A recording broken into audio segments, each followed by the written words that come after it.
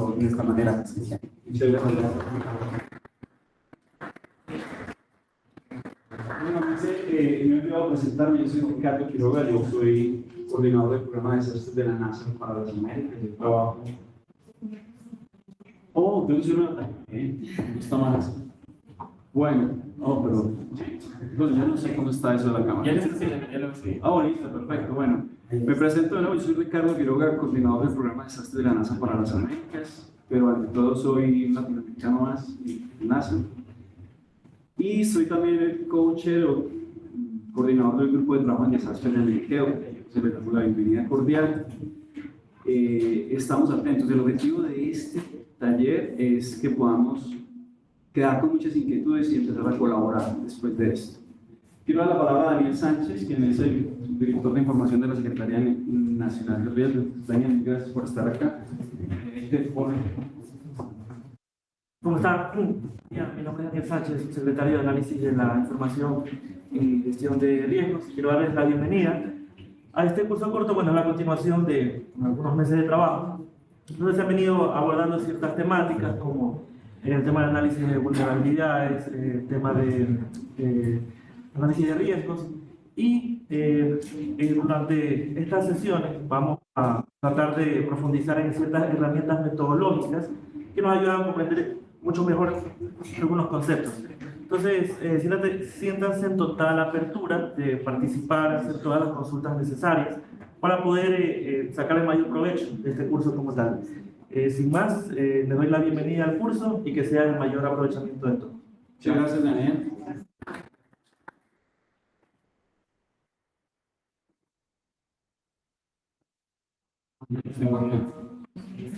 Bueno, sí vamos a tener más, ¿les parece? ¿Te me parece? Listo. Bueno, entonces seguimos acá con nuestra programación. Lo primero que vamos a hacer es vamos a recapitular un poco las 4 sesiones anteriores. La idea inicial de este curso era poder contar con los mejores de las 23 principales agencias que trabajan en reducción de riesgos de desastres en las Américas. Entonces en el curso tuvimos NOAA, NASA, la Agencia Espacial Argentina, la Agencia Espacial Europea. Los que estuvieron en las sesiones virtuales estuvieron atentos de eso. Yo quiero dar un saludo muy especial a Virgilio Benavides, que fue el cerebro de este curso. Con Virgilio empezamos el curso y fue realmente quien estuvo en el diseño del curso como tal. Entonces, Virgilio, muchas gracias. Yo quiero dar un aplauso. Fue realmente la idea de Virgilio de que hiciéramos esto, proyectarlo para ustedes en el Ecuador. Bueno, entonces quiero dar la palabra a Natalia Bermúdez. Ella trabaja también en la NASA, otra latinoamericana en la NASA. Ella trabaja en construcción de capacidades, o sea, ella es la persona que se encarga de programar cursos, capacidades, entonces está por toda América Latina generando cursos y conectando con la gente. Natalia entonces va a hacer el recapitular lo que hemos visto brevemente y luego seguimos con la Secretaría Nacional de Gestión de Riesgos. Muchas gracias. Bueno, gracias Ricardo. Bueno, es un placer porque ha sido un trabajo de casi ¿cuántos meses? 2. Y bueno, por fin pudimos conocernos y tener la oportunidad de interactuar y estar aquí, ¿cierto? Disfrutándolo, ¿no? Entonces, voy a hacer un breve repaso sobre lo que pudimos ver en las sesiones virtuales y de qué hablamos. Todos los materiales están en los folders. Si ustedes no tienen esos folders, déjenme saber y yo se los puedo enviar para que ustedes tengan las grabaciones, las diapositivas, todo. Y ustedes pueden hacer seguimiento y ese tipo de cosas. Y si tienen alguna pregunta con alguno de los instructores, déjenmela saber y yo los conecto. Entonces, vamos a hablar un poco sobre lo que hablamos el día de hoy. Ya Ricardo nos habló un poco sobre... Siguiente. Bueno, entonces, es el curso corto. La idea fue hacer un análisis multiamenaza, pero también multivariable, que no solamente nos enfocáramos en las amenazas, sino también que empezáramos a identificar algunos conceptos de vulnerabilidad, enfocados específicamente en el Ecuador. Entonces nosotros hicimos, los entrenadores hicieron ejercicios de Ecuador, cómo pueden obtener datos en Ecuador, ese tipo de actividades. Fueron 31 organizaciones que participaron los instructores y pudimos, digámoslo, conectarnos con 92 organizaciones y agencias locales, regionales y nacionales. que se conectaron virtualmente y ahora que están ustedes acá presencialmente. El curso se dividió en dos partes, una parte virtual que empezó desde junio 27, hablamos sobre riesgo y resiliencia, hablamos sobre incendios, hablamos sobre inundaciones y hablamos sobre amenazas geológicas. El día de hoy, que estamos en persona, el día de hoy y mañana, vamos a mostrar casos de estudio exitosos, algunas actividades referentes a cómo utilizar herramientas en algunas de estas amenazas, pero también vamos a ir un poco más allá a identificar, por ejemplo, herramientas como de Machine Learning para la gestión del riesgo. Y también pues tenemos una salida de campo que ya les hemos estado comunicando sobre eso durante toda la semana. Siguiente, por favor. Entonces, vamos a empezar con nuestra primera sesión. La primera sesión fue coordinada por el Instituto Geográfico Militar y también por la Oficina de las Naciones Unidas para la Reducción de Riesgo de Desastre. Nuestra primera presentación fue sobre los enfoques holísticos y determinación de los riesgos naturales.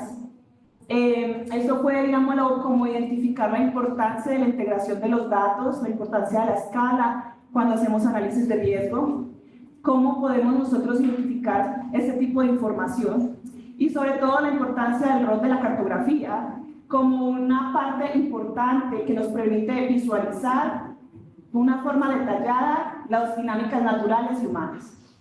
El entrenador, que fue César, que mañana también va a estar presentando, nos dio la importancia de las escalas. Las escalas es una parte muy crítica dentro del análisis de la gestión del riesgo, porque dependiendo de la escala nos permite generar ciertas decisiones. Por ejemplo, a nivel local, si tenemos una escala local, eso nos dice que tenemos que hacer intervenciones específicas. Si tenemos una escala regional, eso significa que necesitamos una planeación mucho más estratégica, pero si nosotros tenemos una escala nacional y global, eso significa que nosotros tenemos una visión más amplia de una política pública. Entonces, él hace, digamos, un recuento muy interesante de esta diapositiva, donde muestra la relación entre, por ejemplo, utilizar la escala y el dato de resolución de satélite que dé acorde con esa escala. Entonces hay que tener en cuenta ese tipo de relaciones y el tipo de sensores que están relacionados con ese tipo de escala. Se hicieron ejercicios prácticos de mapeo de áreas quemadas e de inundaciones, se utilizaron imágenes Sentinel con el programa SNAP que les comenté ahorita, que es de Copérnicos para identificar áreas quemadas en Ecuador y también áreas inundadas, y se clasificaron imágenes de las áreas quemadas utilizando el Random Forest. Entonces él nos explica todo eso en esa parte. Siguiente, por favor. También desde la gestión del riesgo me voy a poner el detalle en estos porque eso es un tema muy importante para todo el análisis de riesgo. Desde la Dirección de Gestión del Riesgo se habla sobre el enfoque sistémico para la reducción del riesgo de desastres.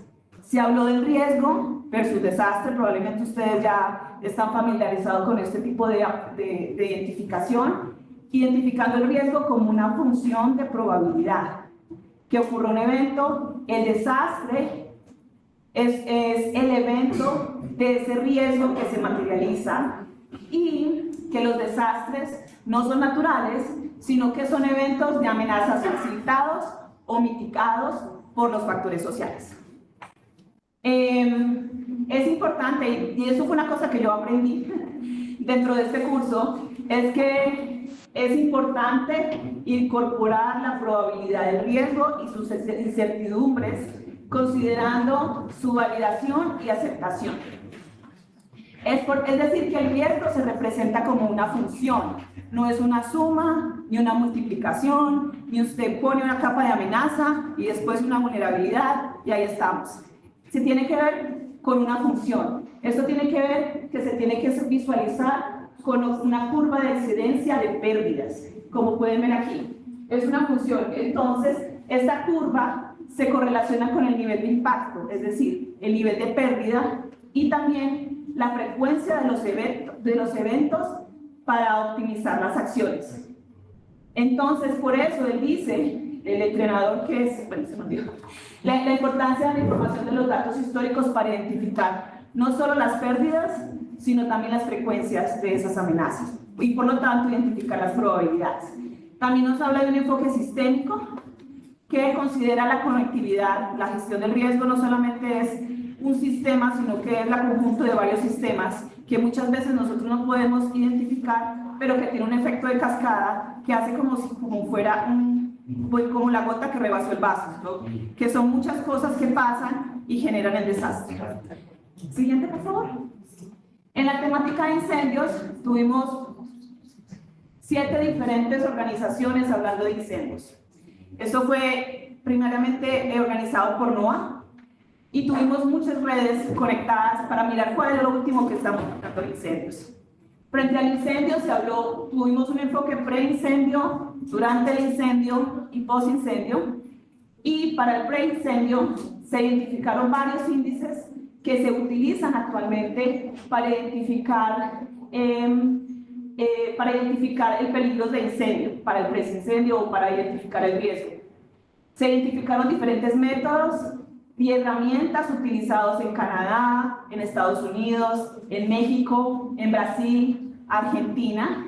Y por último, se hizo un análisis muy detallado de cómo Canadá utiliza estos índices. Entonces, ellos hablan de un sistema de clasificación de peligros de incendio y la metodología la pueden ver ustedes en esta diapositiva, donde interactúan con diferentes variables, pero una de las que más se identifican es, por ejemplo, la facilidad de ignición, la propagación, la dificultad de control y el impacto del fuego, y que influye, por ejemplo, cómo la topografía afecta a este tipo de peligros, el tipo de vegetación, es decir, como dicen ellos, los combustibles y las condiciones meteorológicas.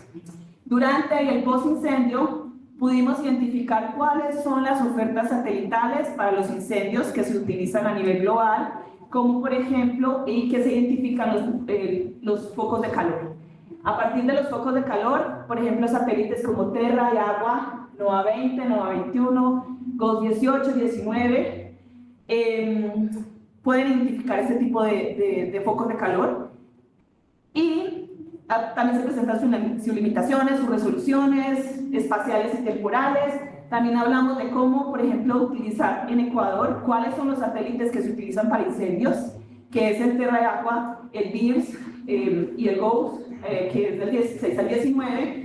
Vimos cómo, por ejemplo, México implementa estos satélites con una alerta temprana de monitoreo para incendios con sus algoritmos y cómo ellos priorizan los puntos de calor para identificar las acciones, dependiendo de cómo se muevan estos puntos de calor.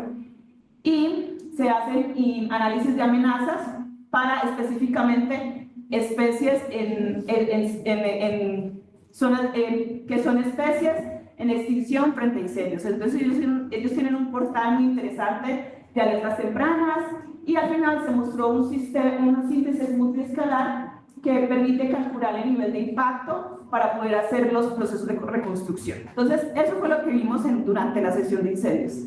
Siguiente. Frente a la sesión de inundaciones tuvimos la participación de WMO y también de NASA, CIRAC. El WMO nos contó sobre la actualización de los sistemas de guías de inundaciones repentinas en América Central y el Caribe y cómo, por ejemplo, estas herramientas son diseñadas para apoyar a los hidrólogos en la emisión de alertas para crecientes repentinas.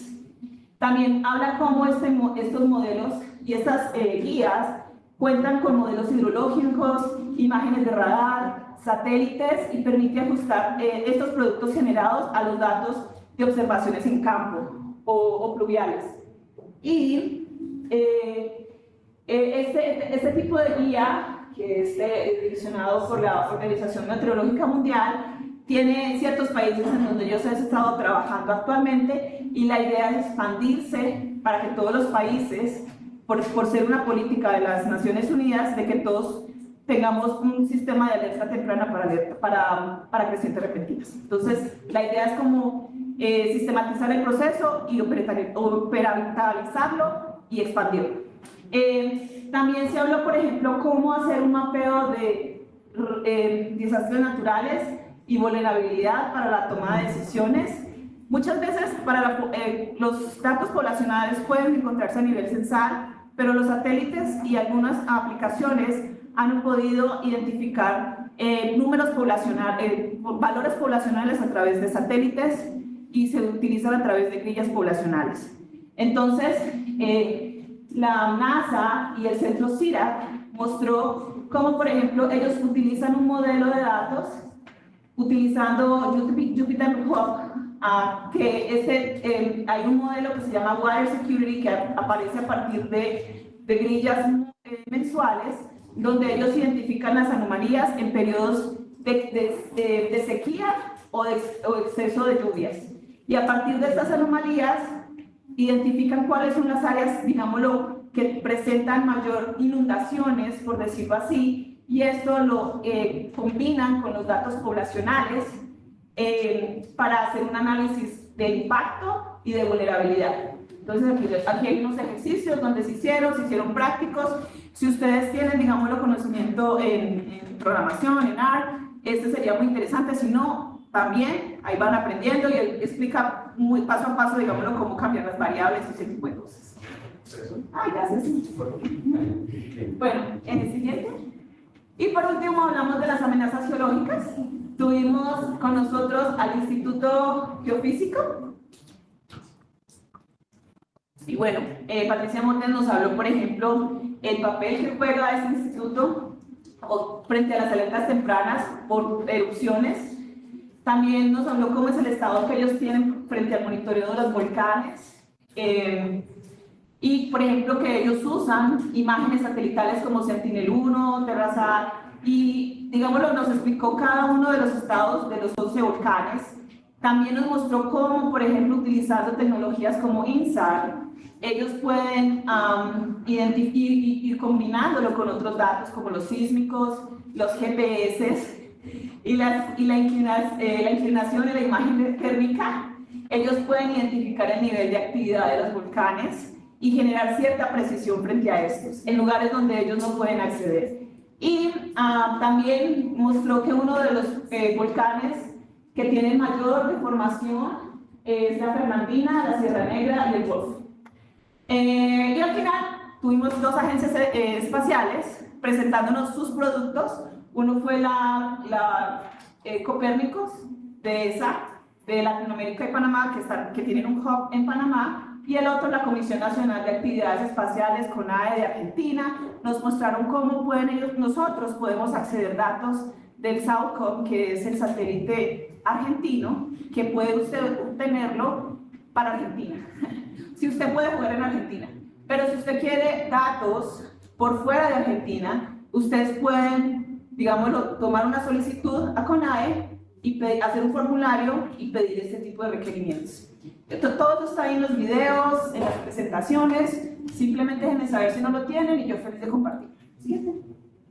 Bueno, eso es todo. Solamente quiero invitarles que el curso no se acaba en la salida de campo. También vamos a tener un post AmeriGeo Week.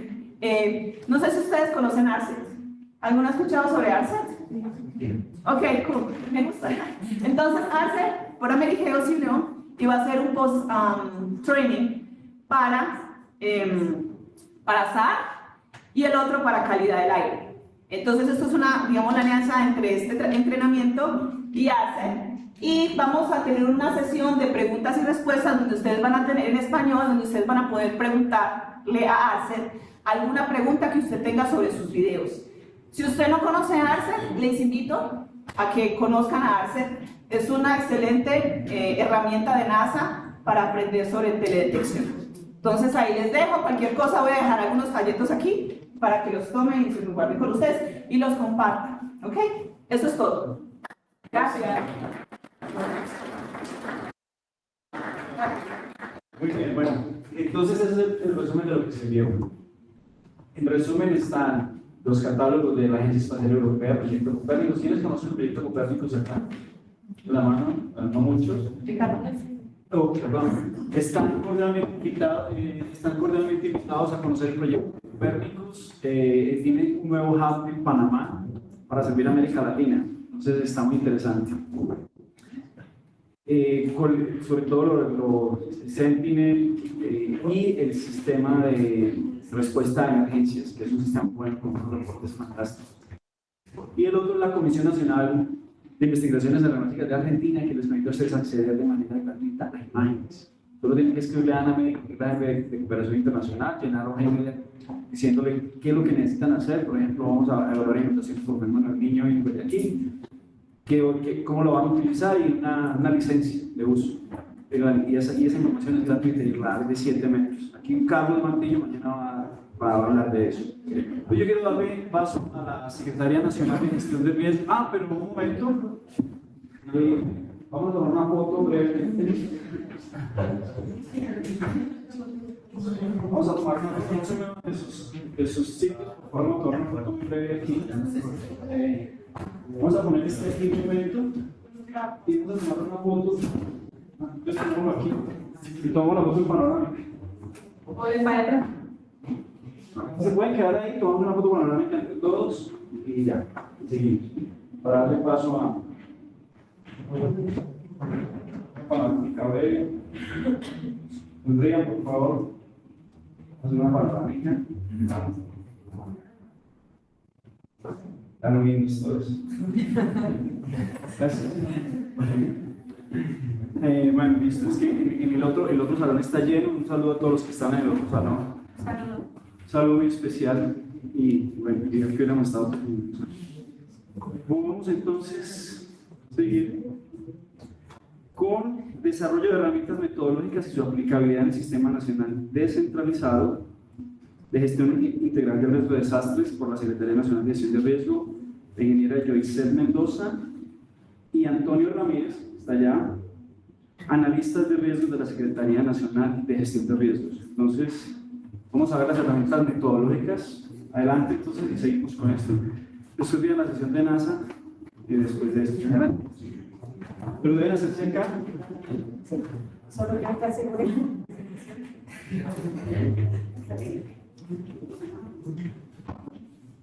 Bueno, buenos días con todos, es un gusto estar aquí. Voy a tratar de contextualizar las herramientas tecnológicas que tenemos como Secretaría de Gestión de Riesgo, que hemos desarrollado en conjunto con los organismos copilantes, con los institutos técnicos científicos, con la academia. Pero antes de entrar en el tema específico de las herramientas, quiero hacer un contexto para conocer, para que ustedes conozcan un poco la institucionalidad de la Secretaría como tal, y además de eso, qué es lo que conocemos como Sistema Nacional Descentralizado de Gestión Integral de Riesgos, ¿no? Entonces, en mi primera diapositiva,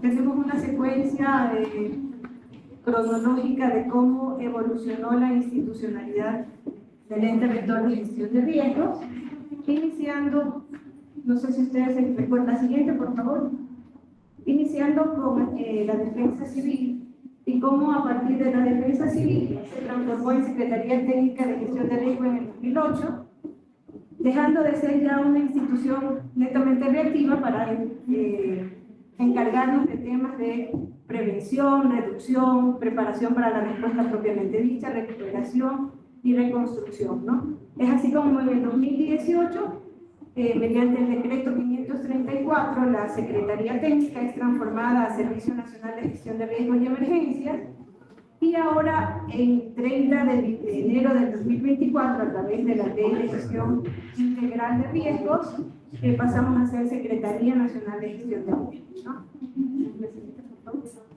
Bien, esto es un poco para que entendamos qué es el Sistema Nacional de Gestión de Riesgos, de Desastres, y como está en la diapositiva, es el conjunto de principios, procesos, estructuras, competencias e instrumentos que tienen que ver con la reducción de riesgos, con la respuesta, la recuperación ante emergencias y desastres, ¿no?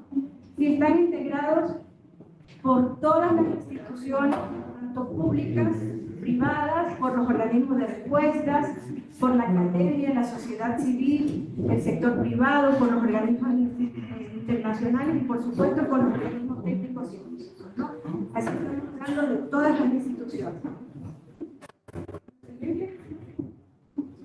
Bien, como ustedes conocen, las 4 prioridades del marco de Sendai. La primera tiene que ver con la comprensión del riesgo, básicamente, y esto se relaciona con que las políticas y todas las prácticas deben de tener deben de tener básicamente el conocimiento de la amenaza, la vulnerabilidad, las capacidades, la respuesta y el riesgo propiamente dicho, ¿no?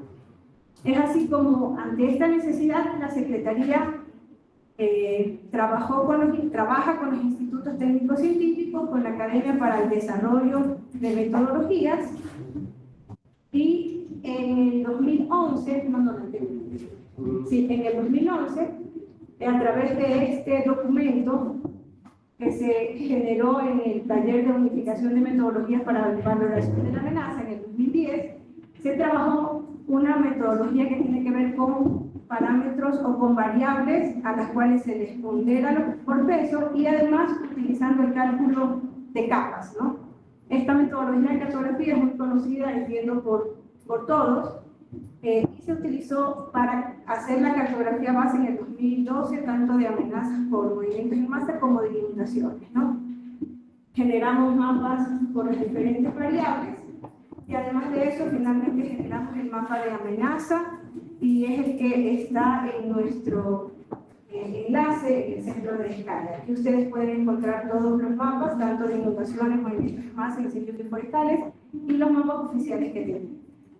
Sin embargo, a medida que ha pasado el tiempo, hemos conocido más herramientas y en el caso de inundaciones, por ejemplo, específicamente, hemos pasado de una metodología de cartografía a trabajar con modelos numéricos. En esta imagen, en la parte derecha para ustedes, tenemos cómo la mancha de un sector del Cantón Santana en la provincia de Manabí se fue haciendo cada vez más específica. Y así, en el año 2023, a través de programas como EDRAS, ya nuestra mancha está más detallada, incluyendo ya factores como la profundidad y la velocidad, ¿no?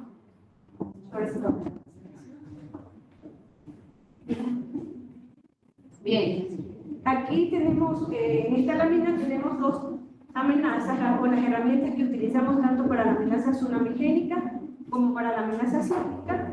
Y de la misma manera, en el 2012, como no teníamos información a nivel nacional de las manchas de inundación, a través de la fórmula de Senolastis 1991, identificamos estas manchas de inundación en todo el perfil costero, lo cual fue muy importante para nosotros poder trabajar en los sistemas de alerta temprana, especialmente el sistema a nivel nacional, ¿no? Además de esto, generamos esta metodología para evaluar zonas seguras y rutas de evacuación para todo el perfil costanero. Es así como a través del sistema de alerta temprana tenemos identificadas zonas seguras, puntos de encuentro, rutas de evacuación, ¿no? Además, han habido organismos como JICA, con quienes hemos trabajado proyectos como el proyecto de ciudades resilientes en algunos sectores del Ecuador. Y aquí tenemos una muestra del polígono de inundación o de la mancha de inundación que fue generado por Inocar en el 2020 en el mismo proyecto, ¿no? Bien, sobre el lado derecho tenemos alguna información relacionada al escenario sísmico para eventos de sismos reales. Aquí es importante el aporte que presta el Instituto Geofísico de la Escuela Politécnica Nacional, porque con esos datos nosotros podemos generar la amenaza, la exposición, la vulnerabilidad. En esta lámina de acá tenemos el escenario sísmico a partir de un terremoto que ocurrió en Taxi, y así tenemos con los diferentes niveles de riesgo en la provincia. Y por otro lado tenemos el nivel de exposición tanto de la población como de las viviendas, esto como un ejemplo. Bien, además de las amenazas que hemos visto, también trabajamos con incendios forestales y con la amenaza volcánica. En el caso de incendios forestales también trabajamos con una cartografía, con una metodología cartográfica, pero a través de convenios específicos con la Universidad UTPL generamos un SPID que nos permitió generar información más fina de desastre que le permite al CAD cantonal, en este caso, trabajar con información más detallada, ¿no? Por el otro lado, tenemos aquí la socialización que hicimos de todo el aprendizaje con la generación de este modelo, y también somos parte del grupo de expertos de fuego forestales de Latinoamérica y el Caribe. Hace poco una compañera, la que está a cargo del tema de incendios, ella participó en este grupo de expertos, ¿no? En este seminario. Bueno, el tema de amenazas volcánicas, siempre hemos venido trabajando desde el 2010, cuando iniciamos en la Secretaría como tal. Estaba el proyecto BITSAC, que era básicamente para trabajar el sistema de alerta en algunos de los volcanes, Cotopaxi y Tungurahua. Posteriormente se ha trabajado con el IGE en temas de escenarios, tanto para nuestros simulacros como para nuestras simulaciones, y actualmente estamos trabajando en este proyecto de protocolo técnico para evaluación y definición de los estados de alerta de la actividad volcánica del volcán Cotopaxi, ¿no? Bien, esto es un ejemplo nada más de lo que nosotros hemos venido haciendo en temas de análisis de exposición, vulnerabilidad y riesgos. Y se desarrolló en el año 2023, donde utilizamos al Cantón Muquiri como un cantón piloto para desarrollar este tema de la vulnerabilidad socioeconómica y la vulnerabilidad social y económica, físico-estructural allá, y por último este tema de la vulnerabilidad total, ¿no? Aquí tenemos un grupo de las variables que utilizamos en la vulnerabilidad física y de los diferentes indicadores para determinar la capacidad y con ello el valor de la vulnerabilidad y poder generar nuestros mapas de vulnerabilidad. Bien, en el tema de monitoreo de amenazas, emergencias de desastres, nosotros como Secretaría, a través de la Dirección de Monitoreo de Eventos Adversos, trabajamos 24/7 y tenemos 2 salas situacionales nacional y tenemos 18 unidades de monitoreo. Mediante el registro de nuestra base de eventos adversos, desde el 2010 hasta el 2024, tenemos un dato impresionante que es de 70.994 eventos, de los cuales el 30% corresponden a incendios forestales, como ustedes pueden ver en el gráfico.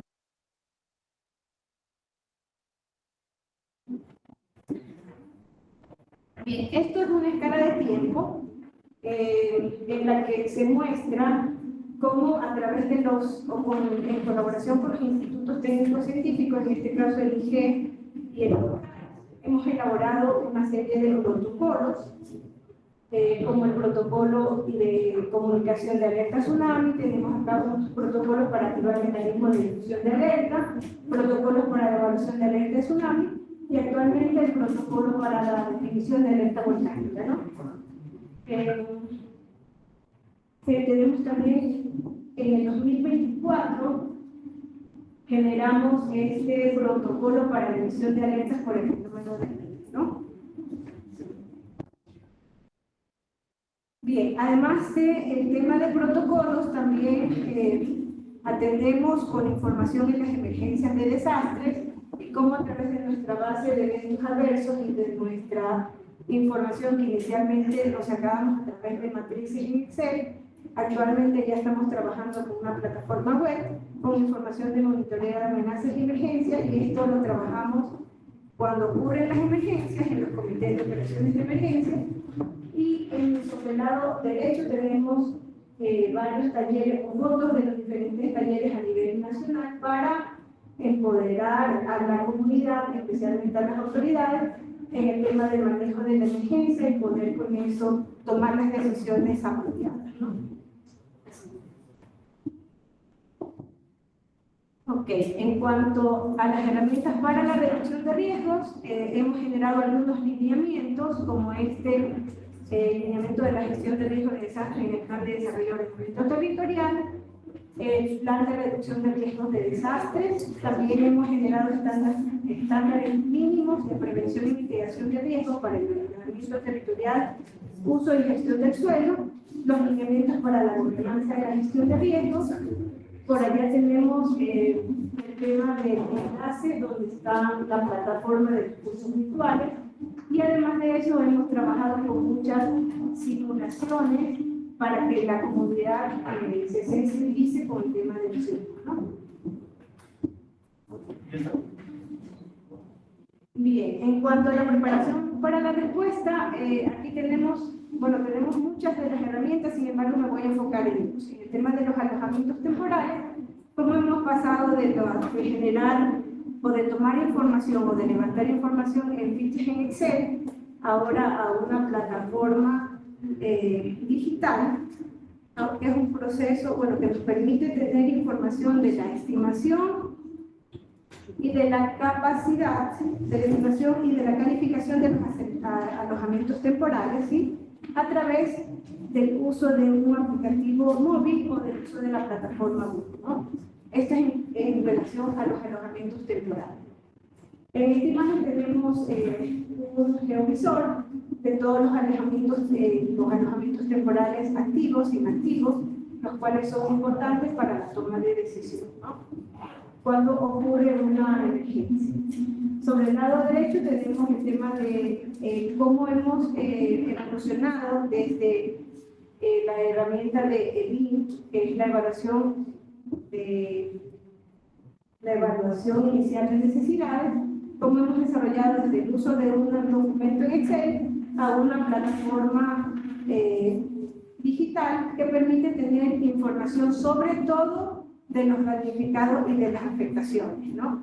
Y esto es clave porque en el momento de la emergencia necesitamos tener información en tiempo real para dar atención inmediata y también para que los diferentes sectores trabajen en la atención integral de la emergencia, incluyendo este tema del bono de contingencia.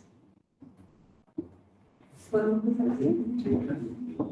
Bien, y para concluir, vamos a hablar ahora sobre los diferentes proyectos, bueno, algunos de los proyectos, aquí no están todos, pero algunos de los proyectos en los que hemos trabajado.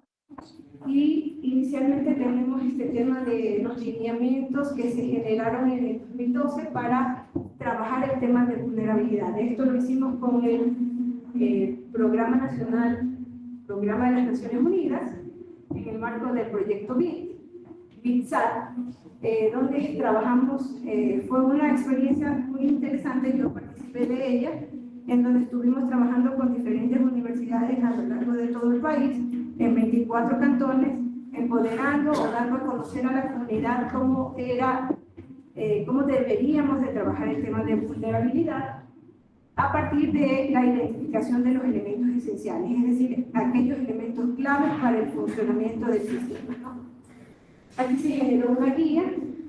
También hemos trabajado con el banco, con el BIC, en el perfil de riesgos de desastres por eventos sísmicos, con el Banco Mundial en los lineamientos estratégicos para el plan de reducción de riesgos de desastres. También hemos trabajado con la Universidad de las Naciones Unidas en un proyecto de evaluación de inundaciones en tren, evaluación de riesgos ante inundaciones en 3 provincias del país. Escogimos Los Ríos, Bolívar y Napo. Y en este proyecto fue interesante porque ya ahí utilizamos el análisis con imágenes satelitales, trabajamos con indicadores para el tema de vulnerabilidad, se desarrollaron talleres con la comunidad, con las personas que participaron y que eran claves en el funcionamiento del territorio. Hubo la participación de los funcionarios del municipio, autoridades de los diferentes municipios que participaron y generamos esta información.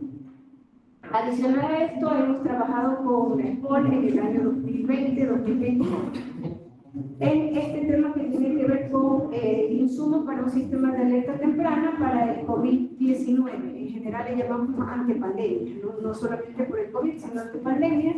Esto lo trabajamos con el municipio de Durán, con la Escuela Superior Politécnica para identificar el análisis de riesgo del cantón y todos los lineamientos que utilizamos o que se deberían utilizar para usar ante pandemia, ¿no?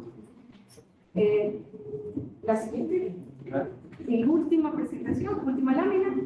Bueno,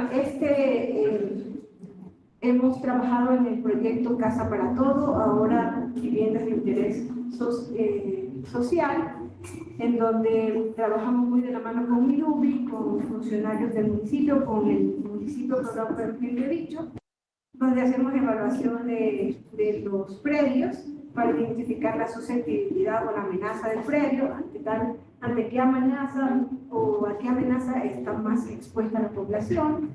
Por otro lado, ya tenemos una imagen de lo que se hizo en el sistema de alerta temprana a nivel nacional. También hemos trabajado en el SARUM, en el plan de remediación y fomento productivo, generando mucha información, socializando toda esta información a los actores del sistema, y generamos también nosotros el mapa de riesgos en un sector específico de la ciudad de San Luis. Me parece que la última, ok. Ya no tengo más tiempo para presentarle la obra. Bueno, pero este es solamente para que conozca que estamos trabajando en el proyecto de fortalecimiento del conocimiento volcánico en el Ecuador para disminuir el riesgo de desastre. Esto lo trabajamos con el Instituto Geofísico de la Escuela Politécnica Nacional. Bien, muchas gracias por haber. Aquí está en la lista de los proyectos, pero en todo caso, si le toman fotos y tienen alguna pregunta o quieren alguna información, se acercan y me la piden, no hay ningún problema.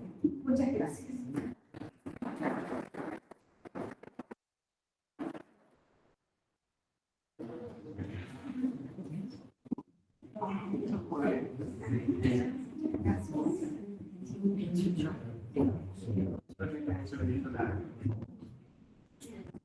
Bueno, mientras nos colaboran con la presentación, un gusto ante todos, queridos participantes de este taller.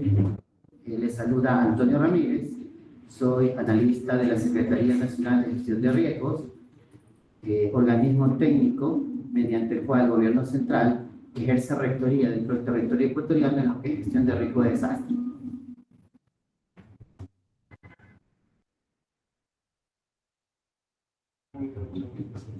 Bueno, básicamente mi exposición se va a concentrar en mostrar lo que es la estructura y la metodología de cálculo del índice de gestión de riesgo cantonal del Ecuador.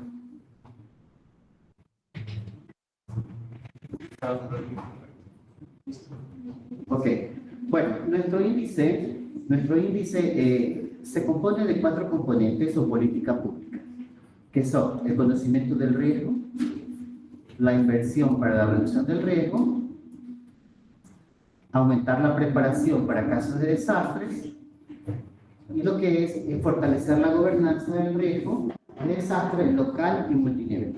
Es importante conocer que este índice es cualitativo y no hay mejor ejemplo de que cómo se puede medir la gestión, la eficiencia de la gestión como tal en términos cualitativos, se lo puede cuantificar en términos cualitativos, en términos numéricos, ¿no?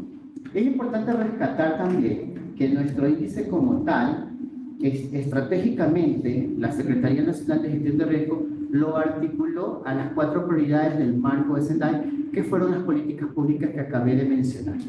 El conocimiento del riesgo como tal no es más que, como su nombre lo indica, conocer cuáles son los factores de riesgos que podrían generar los factores de riesgo presentes en el territorio y dimensionarlos con sus diferentes metodologías. De igual manera, invertir para la reducción de riesgo no es más que la inversión público-privada o las alianzas que se puedan tener dentro del sistema para poder gestionar el riesgo total existente y aumentar y preparación para lo que es el caso de desastre o lo que es la rehabilitación o recuperación posterior a un evento, no es más que también las estrategias que dentro del sistema se puedan planificar para poder prepararnos para una posible emergencia y poder rehabilitar a la población o a las comunidades en todos los aspectos, de forma transversal.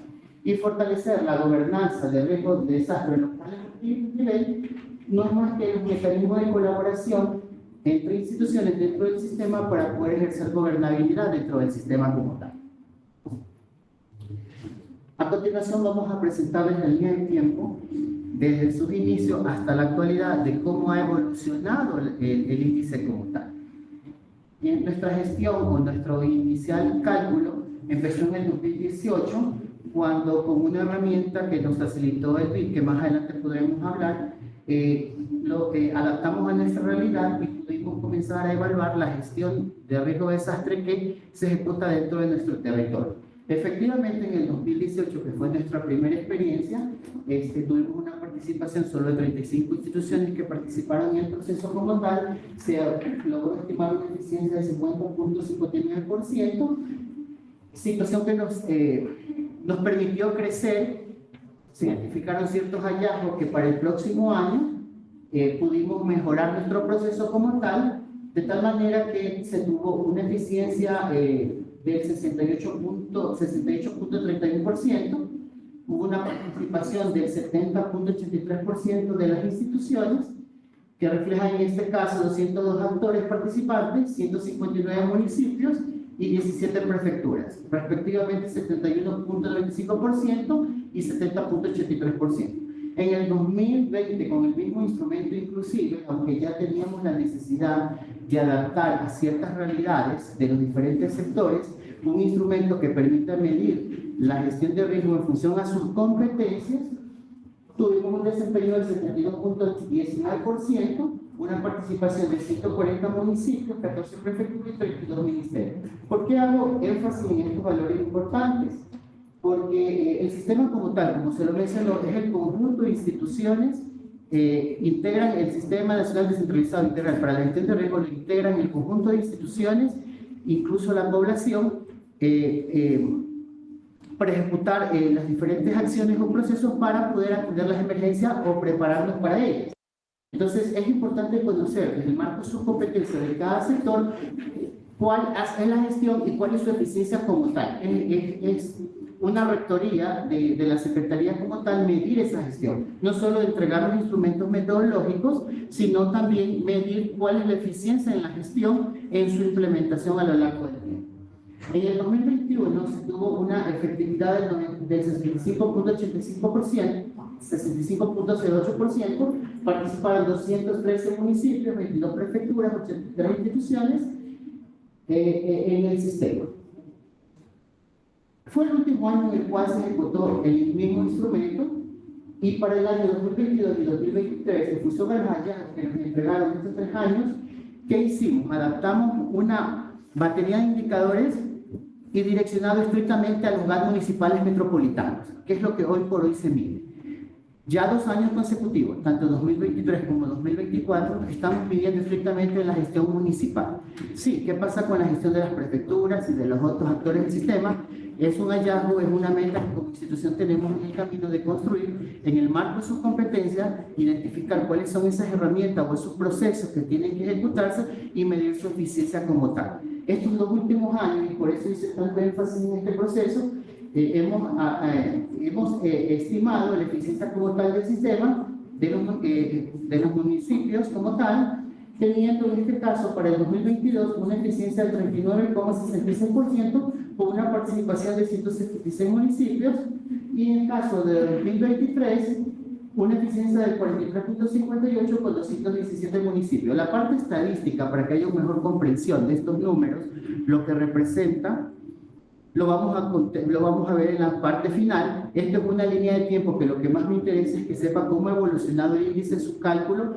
Aquí medíamos inicialmente a todos los actores del sistema con el mismo instrumento, cosa que no era razonable porque no todas las instituciones dentro de los diferentes sectores tienen las mismas competencias. Esos fueron los hallazgos iniciales que nos alertó el proceso de evaluación como tal. Hoy por hoy estamos midiendo la gestión municipal y tenemos como meta pues medir la gestión de los demás actores. Continuamos, por favor. El IGR como tal. Como les había indicado, el IGR no es más que un promedio ponderado de las 4 políticas públicas que les acabé de mencionar. Obviamente hay una metodología de por medio que ya la vamos a aterrizar, pero básicamente es una medición cualitativa de gestión que se basa en las 4 políticas públicas. La siguiente. Que mide el desempeño de la gestión de riesgo de desastre en un periodo determinado. Mientras más alto es este valor, mayor es el desempeño en la gestión ejecutada por el segmento de los municipios, y mientras más baja o cercana a 0, digamos que la gestión no es tan eficiente. El índice como tal tiene una cuantificación, un rango entre 0 a 100, con las características que le acabo de mencionar, y lo que hace básicamente es medir el desempeño de la gestión ejecutada en territorio por cada uno de los municipios en este caso, ¿no? Continuemos. Continuemos. Bien, a continuación, ¿qué les presento? Vimos una línea de tiempo inicialmente. Inicialmente medíamos, o lo conocíamos como el índice de gestión de riesgo, hoy por hoy, índice de gestión de riesgo cantonal. ¿Por qué? Porque vivimos estrictamente la gestión municipal. Mi intención con presentarles estas láminas es que vean las diferencias y cuáles fueron los hallazgos que nos permitieron hacer esta adaptación y marcar la línea de partida de los futuros hallazgos que tenemos que hacer como institución. Inicialmente se enmarcaban las políticas de identificación del riesgo, que en este caso no ha cambiado: reducción del riesgo, manejo de desastre y gobernabilidad y protección financiera. Es el mismo enfoque en realidad, es el mismo enfoque. En el caso de inversión para la reducción del riesgo y fortalecimiento de la gobernanza local y nivel, es lo que se engloba básicamente en reducción del riesgo, gobernabilidad y protección financiera, y la preparación de respuesta es básicamente lo que es el manejo de desastres. Porque esta diferenciación, como les dije, estratégicamente la institución alineó no las 4 políticas iniciales que nos presenta el BID, que de ellos es donde nace esta metodología como tal, nosotros la adaptamos a la realidad de nuestro país. Le quisimos estratégicamente alinear las 4 prioridades del marco central, que es un instrumento de planificación. No sé si muchos lo han de conocer, que también es un hallazgo para nosotros poder reportar este sistema como tal de indicadores, contribuir a la reducción de riesgo de desastre, que es al final es un meta objetivo. Avancemos. Otro de los hallazgos que en este caso también nos incitó en este caso a hacer esas pequeñas adaptaciones, porque de cierta manera habían ciertos sesgos en los indicadores iniciales que presentaba el BID con su metodología. Por ejemplo, estamos hablando de monitoreo de amenazas y pronóstico, estamos mezclando 2 aspectos muy distintos. Una cosa es lo que es el monitoreo de una amenaza y poder tener o ser capaz de pronosticar dicho evento, ¿no? Entonces, ¿yo qué podría evaluar dentro del sistema como tal? Si me preguntan, ¿monitoreas amenazas y los pronósticos? Tal vez sí el monitoreo la amenaza, pero tal vez no estoy en capacidad de pronosticar. Entonces ahí va a haber un sesgo. Entonces nosotros lo que hicimos es identificar cada factor de riesgo que caracteriza al riesgo como tal y evaluar cada uno de sus componentes dentro de los aspectos técnicos que deberíamos hacerlo como tal. Por ejemplo, actualmente los indicadores son evaluación de amenazas dentro del territorio, evaluación de exposición local de elementos en el territorio, evaluación de la vulnerabilidad como tal, evaluación y la zonificación de los riesgos de desastres y la vigilancia y monitoreo de los riesgos presentes en el territorio. Eso fue uno de los hallazgos que en este caso nos permitió hacer esa adaptación. Continuar, por favor. De igual manera, la siguiente política pública, que es la reducción del riesgo como tal, también tuvo una variación. En este caso, también no solo en la cantidad de indicadores, de 6 indicadores pasamos a 4 indicadores más eficientes. En este caso, a reducir la vulnerabilidad de los elementos esenciales, participación comunitaria para la resiliencia ante los riesgos de desastres, ejecución de medidas estructurales y no estructurales para la prevención y mitigación de riesgo, y la implementación de mecanismos de control de la aplicación de normas y códigos de ordenamientos y ordenanzas de construcción. Perdón, avancemos como tal. El manejo de desastre como tal también tuvo una variación de 6 a 4 indicadores. Lo pueden apreciar en función a la necesidad por temas de factor tiempo, en función a su necesidad, cuáles han sido los cambios. Por ejemplo, planificar para la respuesta de emergencias, fortalecimiento de las capacidades de instituciones de respuesta para la atención de emergencias, gestión de la asistencia humanitaria para la respuesta frente a eventos peligrosos, implementación del proceso de rehabilitación y reconstrucción por desastres, ¿no?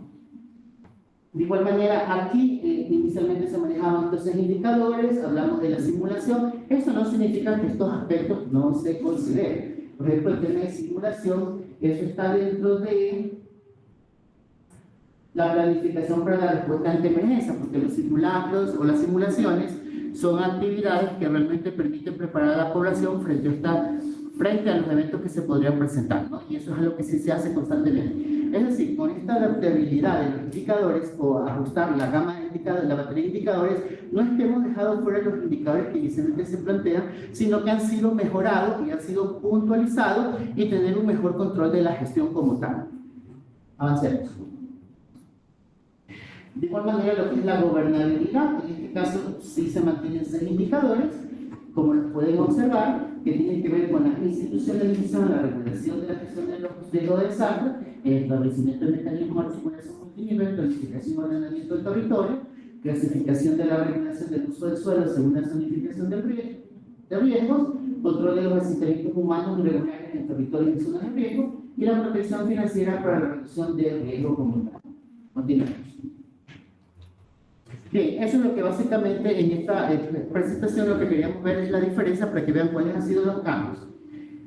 ¿Cuál ha sido el proceso de adaptación rápidamente? Sí es importante conocer este proceso y por qué, porque no sé si aquí hay representantes del municipio, que a quienes evaluamos la gestión, este proceso se lo hace anualmente a través de un cuestionario en línea, se evalúan las 4 políticas públicas que pudimos observar y va dirigido directamente a los responsables de las mujeres. Saltamos un poquito de la subjetividad a la objetividad. Anteriormente eran una gama de indicadores y ningún medio de verificación que avale el nivel de madurez que decían tener. Hoy por hoy se les exige un medio de verificación que avale el nivel de madurez que ellos en este caso dicen cumplir. Ese es el link donde se les hace llegar el cuestionario en línea, donde se recaba información personal de la persona que en este caso tiene el cuestionario y evalúa como tal cada uno de los procesos institucionales de su institución y los evidencia a través de los medios de verificación que se les está solicitando para que no sea subjetivo el tema. Avancemos. Por tiempo no voy a presentar el cuestionario. Avancemos. Bueno, ¿cuáles son las referencias del IGRC o el índice de gestión de riesgo como hoy por hoy lo conocemos? Tiene una periodicidad anual. ¿Por qué? Porque es una medición que se hace todos los años. La fuente de datos que la tiene la Secretaría Nacional de la Gestión a través de un consolidado registro para la gestión de riesgo, donde se almacena toda la información proporcionada por las instituciones en función a las variables que en este caso categorizan las cuatro políticas públicas. Aquí la biografía, esto no es y hay que ser bien honesto, siempre lo digo, esto no es un desarrollo de la Secretaría como tal. La metodología, la fórmula de cálculo, la idea, nace del BID y las Naciones Unidas. De hecho, hoy por hoy están actualizando el instrumento para el Ecuador, que se lo hace por el impacto que esto tiene cada 5 años. Este año se está actualizando el de gobernabilidad, para que sea comparado con los otros índices de los demás países de América Latina y el Caribe. Pero para nosotros como ente rector sí consideramos importantísimo medir los procesos que se ejecutan en los territorios en función a las herramientas metodológicas que nosotros obviamente desarrollamos, motivamos y a través de nuestra ley vamos a hacer que se cumplan cada uno de los procesos, no solo hacer cumplir, sino que asesorar técnicamente en la aplicabilidad de estas herramientas. Nosotros lo que hicimos fue adaptar la metodología como tal a la realidad del Ecuador.